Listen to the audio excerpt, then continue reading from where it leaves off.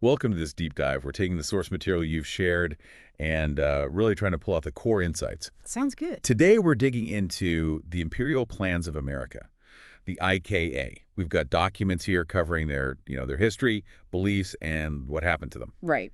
So our mission, basically, is to get a handle on this specific clan group, how it started, what it did, why it grew for a bit, and then, well, why it fell apart. Okay. So with this info you've got, what are the absolute essentials we need to know about the IKA right off the bat? Okay, let's unpack this. The Imperial Klans of America, they got started back in 1996. And their core ideas were pretty clear from the get-go. White supremacy, white nationalism, neo-Nazism. The usual suspects then. Pretty much. Anti-Semitism, homophobia, anti-miscegenation, and also this thing called Christian identity. Christian identity, remind me. Yeah, it's a belief you find in some white supremacist circles. Basically, they falsely claim white people are the true descendants of the biblical Israelites. It's pretty fringe. Gotcha. And where were they based? Who was in charge? Their headquarters was in Dawson Springs, Kentucky. The guy leading it was Ron Edwards, and his title was Imperial Wizard. Imperial Wizard. Yeah. Okay. And they called themselves the sixth era of the KKK. That sounds significant. What was the point of that? Yeah, calling themselves the sixth era was, it seems like a strategic move. They were trying to, create this sense of history, of legitimacy within the wider, often kind of fractured white supremacist scene. So connecting themselves to the past clans. Exactly. It gave them a perceived tradition, maybe some authority. It could attract people looking for something, well, established, I guess. And they also used it to argue they had constitutional rights. How so? They claimed this history meant they were part of the unorganized militia, and they pointed to old Supreme Court cases that had sometimes favored earlier Klan groups' right to assemble. Interesting. So trying to build a legal justification on top of the ideology. You mentioned an archived website, too. What did that say? Yeah, the website laid out some really direct goals, like explicitly aiming to outlaw homosexuality and interracial marriage. And their reasoning. They talked about what they saw as a decline from a great Christian nation. So wanting to go back to a past where, in their view, those things were forbidden, it ties back to their specific interpretation of religion. Right, a very narrow exclusionary vision. Okay, so despite these extreme views, the IKA actually, well, it grew quite a bit for a time, didn't it? How did that happen? Yeah, it's interesting. By the late 2000s, they were apparently the second largest Klan group in the U.S. And earlier, maybe early 2000s, possibly even the largest for a bit. Wow. Any numbers on that? Well, in 2008, reports said they had something like 23 chapters in 17 states. But, it's important to remember most of those chapters were probably pretty small. Still, a noticeable presence. And there's mention here of something called Nordic Fest. What was that about? Ah, Nordic Fest. That was their annual hate rock music festival. They held it at their compound there in Kentucky. Hate rock. So music with white supremacist themes. Exactly. And this festival, it seems like it was a pretty effective tool for them to connect with and maybe recruit younger people in that whole white nationalist scene. It was a networking thing, a cultural touch point for that crowd. The deliberate strategy then, using music. Did it work? The attendance figures seemed to tell a story? Yeah, they do. It peaked in 2001. Apparently over 300 people attended, but then it dropped off. Why the decline in attendance? It seems mostly down to infighting within the hate rock scene, specifically clashes with distributors like Panzerfaust and Resistance Records. What kind of clashes?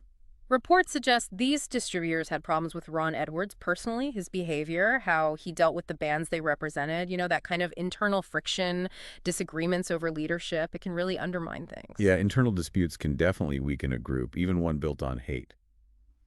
Okay, so despite that growth phase, the IKA obviously didn't last as a major force.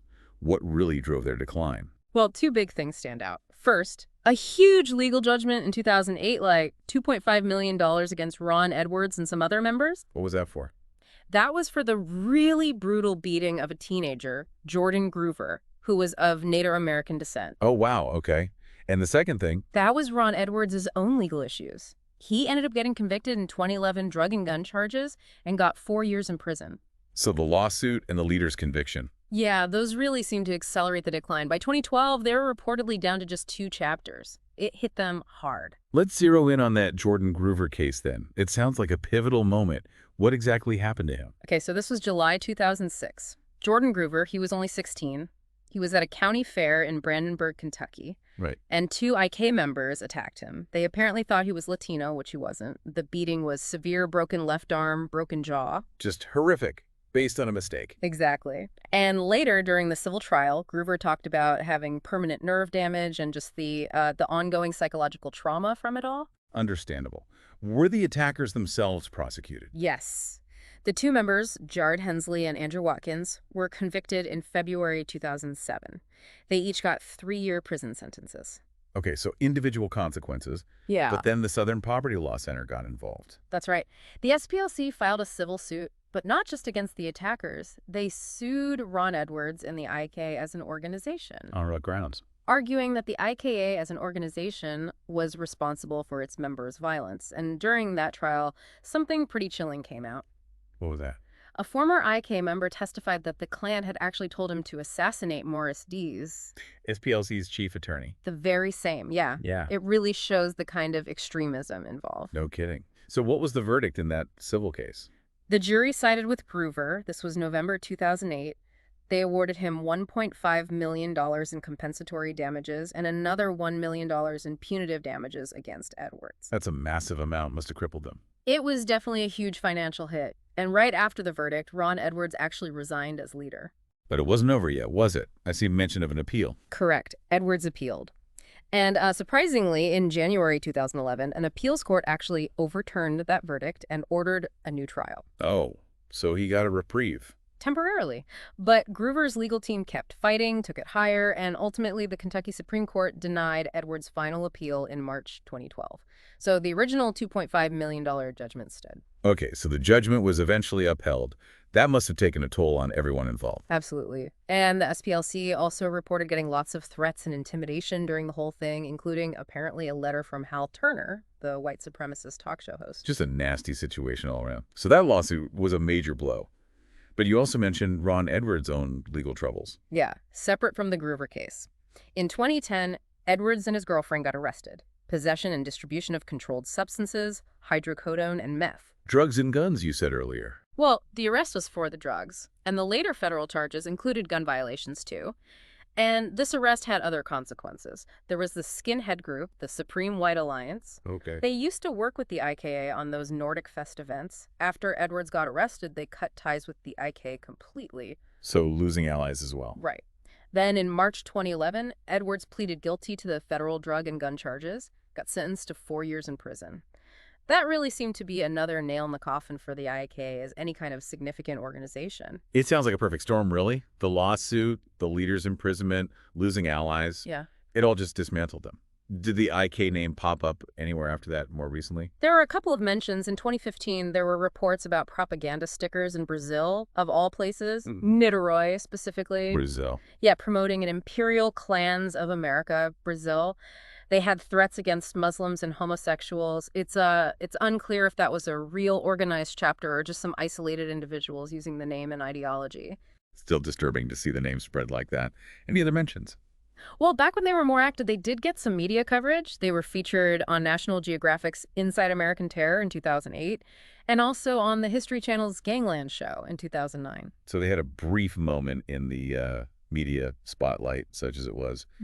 Okay, one last thing here. This weird hoax about the IKA endorsing Barack Obama. What's that about? It seems to keep popping up. Yeah, that one. It's total misinformation. It came from a parody website like ages ago, but it just keeps getting shared as if it's real. So, completely fake. What was Edwards' actual stance in 2008? In reality, Ron Edwards actually said he supported John McCain in the 2008 election. Not because he liked McCain, apparently he didn't, but purely because he wanted to stop Obama from becoming president. It just, highlights how deep that racial hatred ran. It trumped any normal political alignment for him. Right. Okay, so let's try and pull this all together then. We've seen the Imperial Klans of America, the IKA, driven by this really hateful mix of white supremacy, neo-Nazism, Christian identity. They managed to grow, become a fairly significant Klan group for a period, using things like Nordic Fest to connect with people. Yeah, for a time they were quite prominent in that scene. But then the wheels came off. That devastating lawsuit over the attack on Jordan Groover hit them incredibly hard, financially and reputationally. Absolutely critical. It exposed the violence inherent in the group. And coupled with that, their leader, Ron Edwards, getting tangled up in his own criminal behavior.